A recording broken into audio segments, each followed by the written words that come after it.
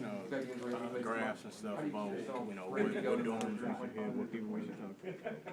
It's going good. It's going good. How much of your time does this take?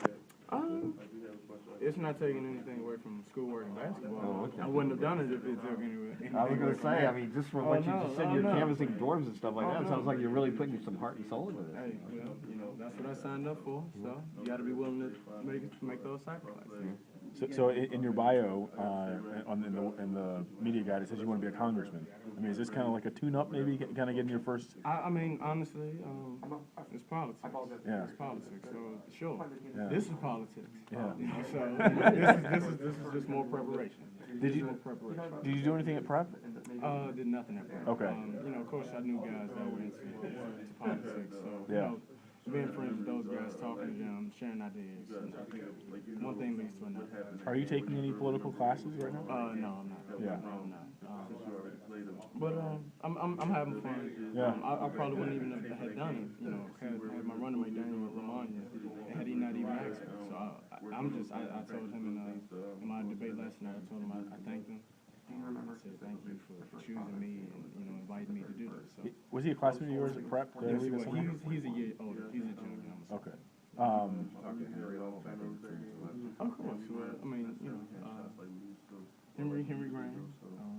His time has passed, and now it's my turn. So of course, I asked him some things. He gave me some good ideas, and we've actually applied some of them. None I want to talk about, but it's going good. I'm enjoying it. I'm having a lot of fun.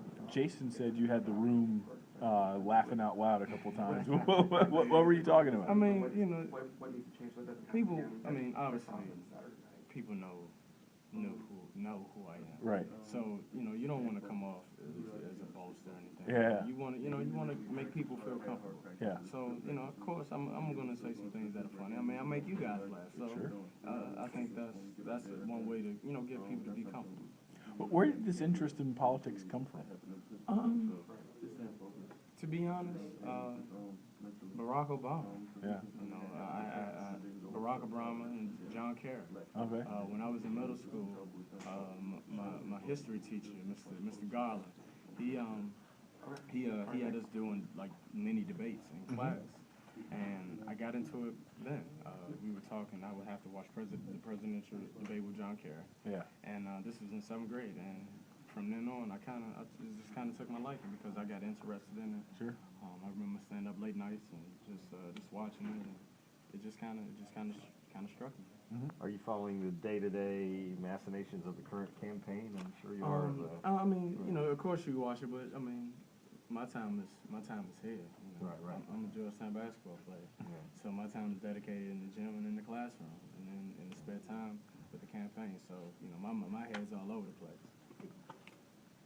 Can we talk about some basketball? Well, I was going to say, you also said this was politics, but as your coach will say, this isn't a democracy, this is a dictatorship. Basketball. Coach is a dictator. Well, he coaches the president.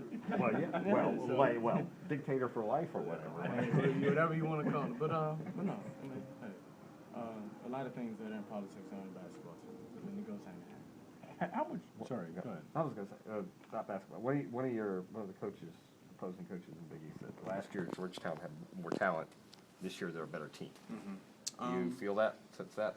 I thought we had a very good team last year. I just think at the end towards at times we just couldn't put all that talent together. Mm-hmm. But no, I thought we had a very good team last year. Just came up short in the end. Mm-hmm. And this year we have a good team. So and we have a lot of talent. So we're just putting it together now. How much motivation is that double bye in the Big East tournament? I know that's still 6 games or whatever away, but it has to be something you guys would like to achieve because it's a big break. We're going right into the quarters. Well, every team is still fighting. Yeah. Every team is still preparing as if it's the beginning of the season. So I think we just have to stay focused and be able to carry that over. Now we're in the top 4, and we would like to remain in the top 4. So I think everybody. I think the coaching staff, the players, everybody involved will do everything humanly possible to make sure that we can possibly have that double bye. 2 more. Last year, right around this time, is when you guys kind of hit your drop off. You lost Chris for a while. what are you guys doing now that'll make sure it's different come the Big East tournament and in the NCAA tournaments? It's not that early exit, kind of like last year.